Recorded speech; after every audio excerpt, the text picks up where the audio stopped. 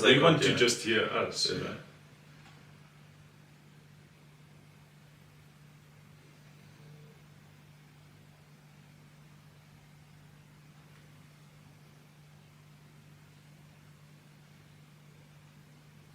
So let's build it up now. So the Krugerrand announcement's last.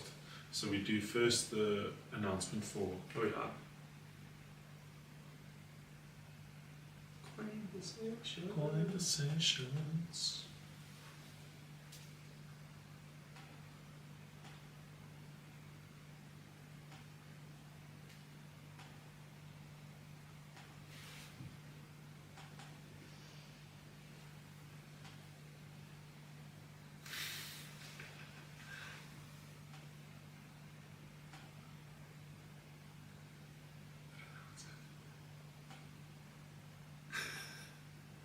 You've got to talk to us here. I want the song to play, but I don't know if it's playing. Okay, can we just go to us? Welcome to Coinversations! South Africa's weekly catch-up in coins, banknotes, collecting, and the stories behind the histories. With John and Landon, bringing you the latest from the world of South African numismatics. From rare finds to market trends to the stories every collector needs to hear. This is Coinversations! Oh, that's so cool. Gotta dance, dude. It's cool.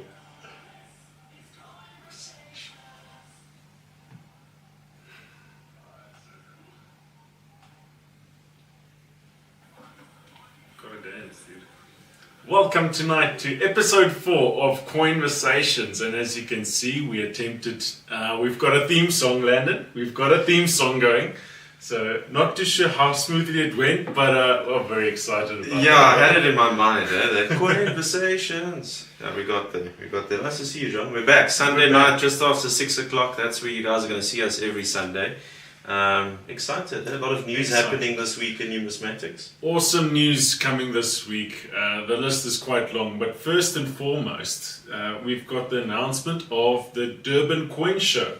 The official date. Yeah, we have a date. Obviously, the Durban Coin Show this year is going to happen on the 25th of July. The venue is still to be announced, probably happening very soon, and quite excited. It is a Saturday, and we're going to see a lot of you guys in Durban, of course, the 25th of July, with many SAN members there. So yeah, that's exciting. Eh? It's very exciting, and if it's anything like what we experienced in Johannesburg, our expectations are extremely high. This year, we started off at Johannesburg Coin Show on a different level. You know, the expectation was raised. We had the launch of the South African Coin Collectors Club. Obviously, we had the South African Mint there that's also generously sponsoring. So do not miss out for the Durban Coin Show, the 25th of July. Also, obviously, still some clues and hints that have been dropped for the Gauteng meeting happening on the 22nd of July. So that's going to be literally that week of the Durban Coin Show. And that meeting, apparently there's some really famous Afrikaans singer who really likes coins. So that's an interesting clue. That's Apart from you. Huh? Apart from you. It's not me. I mean, imagine how disappointed everyone would be if I rock up there.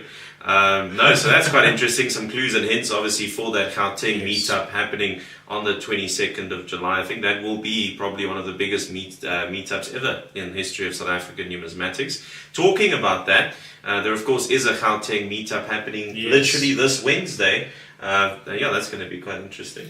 So there's a lot happening. And so next week, Wednesday, we have a Gauteng numismatic meetup, and it's not like any other meetup. We have a very special guest that will be making an appearance. We are very honored. And with that as well, the Coinversations podcast will have its very first interview with a very prominent figure, and we're very honored.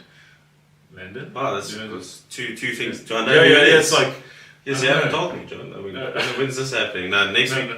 Next week, Tuesday. I mean, so that's going to be exciting. We're obviously going to do an interview. The idea, obviously, is eventually to interview the most prominent, biggest people in South African numismatics. And there's some big names that we will be talking to in the next 6 months or year or so. Yes. And it's quite interesting to see what got people into the industry, collecting, where does the love for it come from? Because ultimately, even if you're a dealer or whoever you are, you've got to love this industry to be in it. Very much so. So that's going to be quite interesting. And then, of course, next week, Wednesday, Thomas van der Spey obviously is going to be at that Gauteng meetup. Do you think you can, it's at the golf bar, of course, so you think you can drive further than him? Or how do you think? I know. We've actually been discussing this. Our golf game has to pick up. No. I wouldn't. I'm just going to pretend to talk about coins the whole night and make excuses if anyone wants me to play golf there or do a swing. Also, another big news, of course, I saw a government gazette coming out a few days ago. For the first time ever, we're going to see a silver Krugerrand in a ½ ounce. So, John, explain to people what that means here. So, we've got the traditional Krugerrand, firstly launched in 1967, the gold ones, and in 2017 we had the full ounce silver. And there's been a lot of discussions of recent years asking and demanding for a ½ ounce silver Krugerrand. So we are officially going to get one, and this is a ½ ounce here, an American Buffalo, but we've got just the size comparison. And to be honest, the ½ ounce is pretty big. I mean, for people wondering, it's going to be similar-ish to like a silver R1, like maybe a little bit smaller, but it's not that much. It's a decent size, privy marks on that. There's a lot of potential for that ½ ounce. It's going to be one of... We spoke about last week about the new numismatics and new collectibles and the silver Krugerrand edition and collecting all of them, and it's still not too late to get all of them. But how cool is it going to be having the element of the ½ ounce added to that as well? Yeah, and I think also it just makes sense, when the Krugerrand came out in 2017, if we look at what the silver price was compared to what it is today, literally, a ½ ounce is more than double what the price of a 1 ounce was, 10 years ago. So financially, it makes sense for there to be a ½ ounce. I mean, a 1 ounce is becoming expensive. It means now people can buy Krugerrands in those ½ ounces as a cheaper price. You might even see some coin show privies in ½ ounces instead of 1 ounces. What's going to happen? We don't know. A lot of potential for those ½ ounces. So I'm very excited for that. Not to forget about the big brother, the 2 ounce. Obviously, this is not a silver Krugerrand, but you also do get the beautiful, absolutely stunning proof silver 2 ounces. We've seen that. I mean, 10 years coming up. I've heard some rumors. We've heard rumors. Hey? So 2 ounces, 5 ounces. Does 10 years of the Krugerrand silver mean that we're going to see a 10 ounce silver Krugerrand? That might be a possibility. Let's hope it happens. I think that would be really impressive. Eh? And talking about silver, there's something happening at Basani's auction house regarding silver. We've got a silver rush coming as well. Yeah, next week Thursday, session 2. Have you looked, guys? That silver rush is proper. You see proper. Some 5 ounces there, some twin sets. Coins. And I think it might be the best time to buy silver at the moment. Yes. We saw, obviously, compared to even what the price was in January, late last year, it's still lower, at that point. So getting a nice entry level where it's not too expensive, for some of those silver items. And talking about silver and what we should buy at what prices, I did put a message on the group. We had 2 people who responded there. But, talking about a 20,000 Rand budget, John, I'm going to put you under pressure here. So 20,000 Rand and you've got to buy 3 South African coins. What are you buying? That's a really difficult one. And I just want to showcase maybe I've actually just got one that I would actually purchase, and it's the most scarce 5 shilling that you can find, the 1950 proof 5 shilling. This one's a PF65.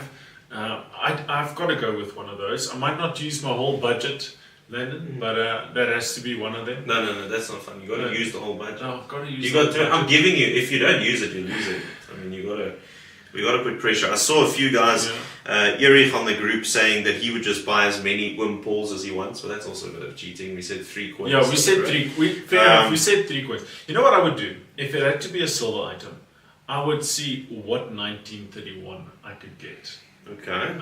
You think you could probably get a nice 31 quarter penny and something like that? No, like a 6p maybe, or like on the cheaper side, but like get a silver item. A 1931 would be very nice. Possibly, I would actually, you know what I would actually do? I would get in a short set, a Union short set in there. What year though? Does it matter? For 20,000, like probably a 47, 1947 or 48, like one of those. I think that's my options.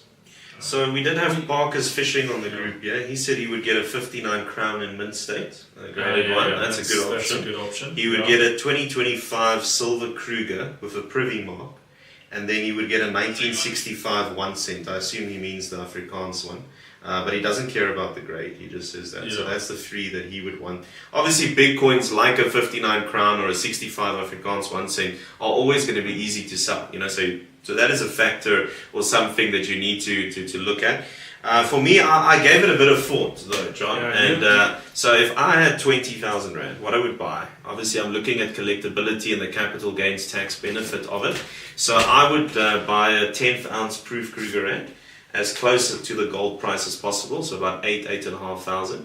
I would buy a ZAR half pond at about 9,500 in a terrible condition. And then with my money that I have left, which isn't much, I will try and look for a crown, maybe a 1950 mint state or a 54 mint state or something like that. That's really well done. Because then I've got my history and then I've got my value of the gold, obviously, that backs it. I do think with any collection, obviously certain people only want to collect banknotes, only want to collect certain things. But long term, I do think that we all need to have a certain percentage of our collection in bullion or in proof bullion as a result. And getting that as close as possible, I still think gold for me, you can get at the gold price very close compared to silver, which often has a big premium. So I would rather want to get as much gold as possible, close to that price, and then long term, that's what I would want.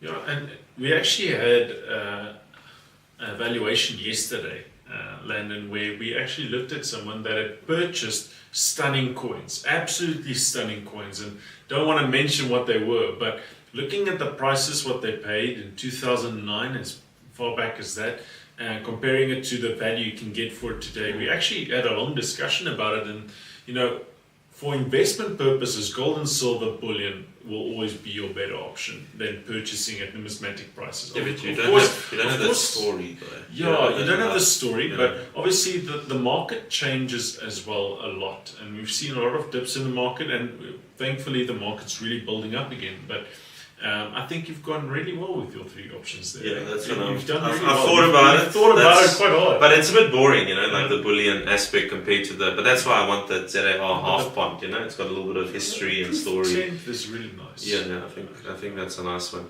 I think talking about it, that's why it's probably so important to buy items at the right prices. And it might be a controversial opinion or something that maybe we shouldn't always talk about. But yes, we are here to talk about the truth, When it comes to a lot of collectible items, I do think on auction or publicly is the best places to find it. If we say a mint state Veldpond is worth a certain amount, or a mint state fine beard is worth a certain amount, we wanted to see selling for those prices. And what we see publicly often shows what the market is willing to pay. So it's easy for me to say, this Veldpond is mint state and it's worth 600,000. But if on auction it only sells for 400,000 and everyone had a chance for more than a month to buy that coin, is the value really 600,000? No, it's not. And I think it's important to look at that, where when you do buy collectible stuff, you're buying it at the best possible price that you can. And I think in an auction you might get that opportunity.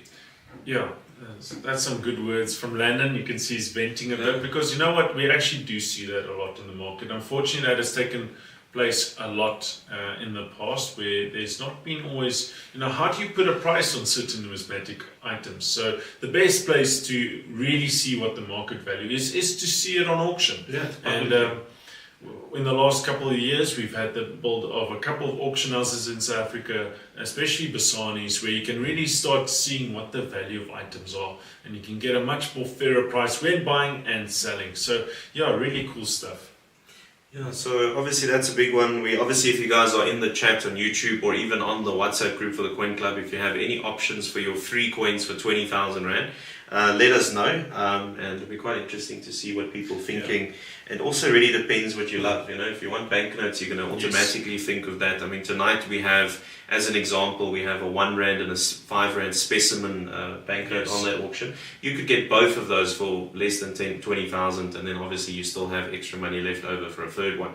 So there really is, depending on what you like, it does make a big difference. And talking about tonight's auction, I've been saying I'm collecting the proof 2.5 shillings, but I don't know if I ever clarified if it's just union, because tonight there's actually a beautiful 2.5 shilling on. It really, I wanted to bet on that one. It's that lot 3 tonight, Landon, 1892 ZRR. 2.5 shilling in. Well, John, are you a real collector if you don't collect ZAR coins? I was questioning myself when I saw this lot. I was like, this is a stunning coin. And look at that Provenance ex-Frank Mitchell collection. And you wanted to actually talk about. Yeah, so tonight we obviously have items from the Sargeant Collection, a very famous ZAR box in history. We saw that coming on auction last year with only 2 coins remaining from that provenance, where the rest have been taken out. Here's a few coins from that collection. The Frank Mitchell, obviously very famous collection. We always see Bakewell collection coins. We always see a few Gatsby coins. We did have one last week on Thursday, which went way over the catalogue. Yes. So thinking about what does that provenance mean for the value of the coin? What do you think, Joe? It's been something we've been trying to investigate and actually learn more about. And you know what? I've actually come to love and appreciate provenance more and more. The more you fall in love with numismatics and understanding those who kept the history before you. Obviously, I've spoken about the Farouk collection and how cool that was. The biggest numismatic auction ever. It's the selling of his collection for 11 days. And I think, there's so much we can value. There's an element to it when you look at the provenance, which is so cool. So I think in a couple of years, why would the Landon Koletsky collection, Landon History Collection? I don't know if the market is ready for it yet.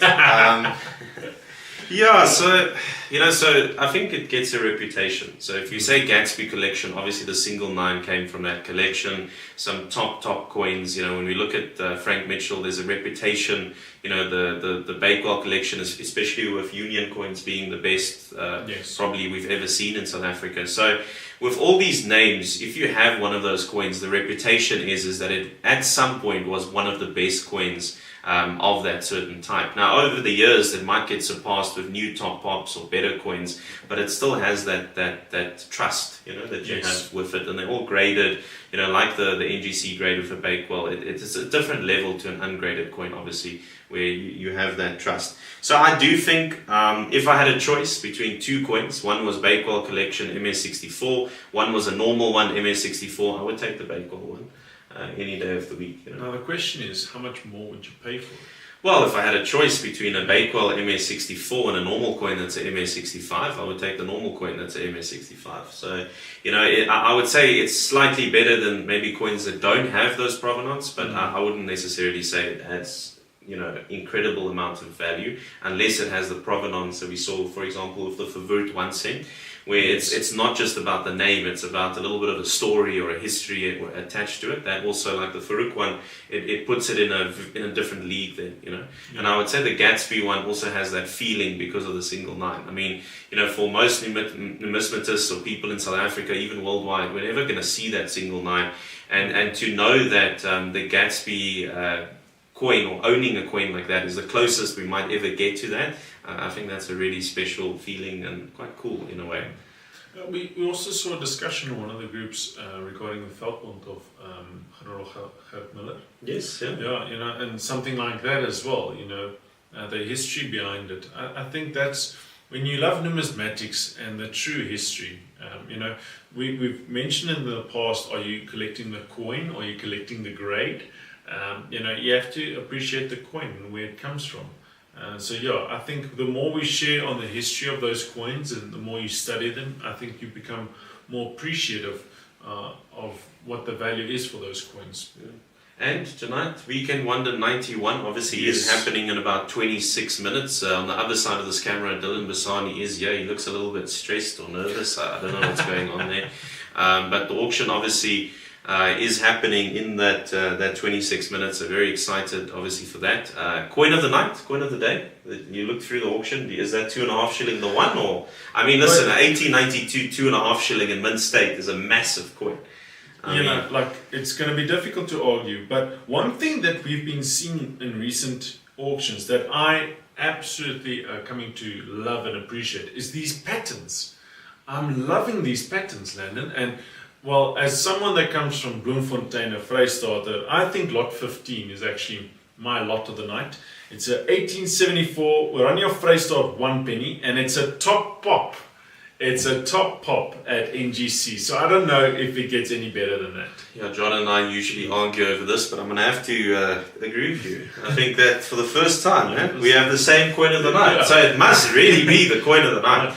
Lot 15 tonight, obviously that 1874 Oranje Vrystaat top pop penny. Now think about the fact that only 100 of these were ever minted, and this is the best one that exists, NGC graded out of that 100. So 100% any day of the week, lot 15 tonight. I would be surprised if that goes anywhere less than catalogue of 20,000. It's going to go way over that, being a top pop coin. That is stunning. That's insane. It's like, it is the best example of that piece of history, if you think about it in that sense. Also excited for lot 12 tonight though, John. Yeah. Look at that. 1895 Delgoa Bay Railway. It's a silver one. And you know what's special about the silver one?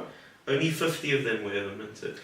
So talk about rarity. The rarest item on auction tonight, lot number 12. Medallions are so underrated. You know, there's a big part of numismatics, obviously, with medallions, tokens, things that we don't always talk about. But they have such a big history also associated to them, so that will be interesting tonight. You know, we've had discussions here in the office on how to pack a weekend wonder and a signature auction, because I mean those lots that we just discussed, I mean those are stunning lots, and they do deserve to get some spotlight of their own. Hey, Landon. Well, so 20,000 rand tonight. What about these colorized coins? I'm looking at those colorized. I mean those colorized are stunning. Cape Rock jumper tonight. Look at that. Stunning coins. Man. Yes, I can see what my coin lot 49, 1894 half pop. So within that 20,000 budget, that's a very nice coin to buy. Yeah. And then obviously looking at an additional 10 pounds or something like that. The specimens are quite low. Coinversations. Obviously this week we will be doing that interview on Tuesday with someone very special, which would be the first guest that we'll have on Coinversations. There's a lot of other people. In the end, the coin industry in South Africa is not that big, and we have an opportunity in the next year or two to almost interview everyone that really wants to be part of it. Yeah. And more importantly, we are going to try our very best, but on Wednesday evening, Thomas van der Spey will be at that meetup for the Gauteng Numismatic Society. We should ask him a few questions. No, we're going to be doing the live stream. Yeah. Do you think it's possible to ask Thomas a ZAR question that he doesn't know the answer to? If there's anyone here who thinks that they know a ZAR question, we can try and ask Thomas on Wednesday and see if he doesn't know the answer. That would be quite interesting. That would be very interesting. Maybe record that. That would be very interesting. Put him on the spot. Put him on the spot, yeah. Okay. No, so that's it for me tonight. I mean, I'm very happy. I'm excited for this auction to start. Dylan's on the other side of this, getting ready for the auction. Yeah, he looks a bit nervous though. Yeah, very nervous. He's gonna be on in about 20 minutes or so. Obviously, quite excited tonight with these coins. X Frank Mitchell, the Sargeant Collection. Those are special coins you don't see too often. There's a 93 Pont tonight, AU55, obviously a big date. You're looking at coins that are close to top pops. There are a few top pops tonight on.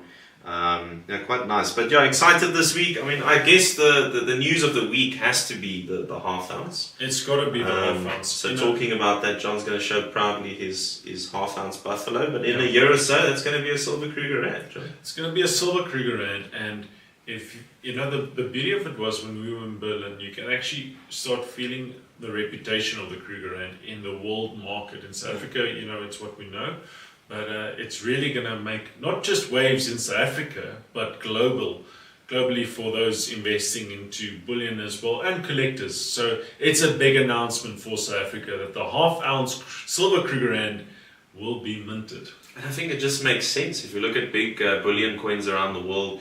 Whether it is the Eagle, whether it is the Britannia, they've already done half ounces, quarter ounces. The Britannias even have tenths, this is probably the start. We probably will see a quarter ounce silver Krugerrand or potentially a tenth at some point. So all of these, maybe even, we all talk about a gold prestige set. There's an opportunity in the future where we see a 1 ounce, half, quarter, and a tenth in silver. So cool. Silver every year. That would be so every nice. year you'll have a silver prestige set and a gold prestige set. I see it happening. I don't see why it would not happen in the next 5 or 10 years. That would be quite cool to obviously collect that too. And again, thanks everyone. I appreciate all of you obviously being here.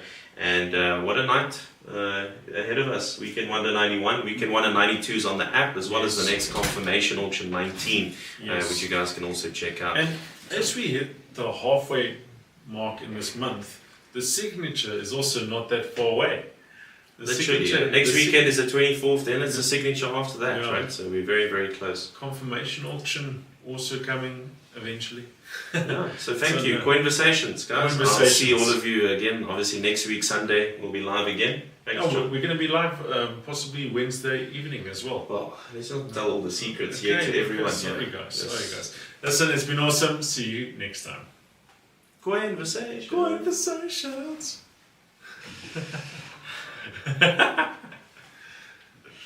Well done, then. I got my laptop here. You want to use it?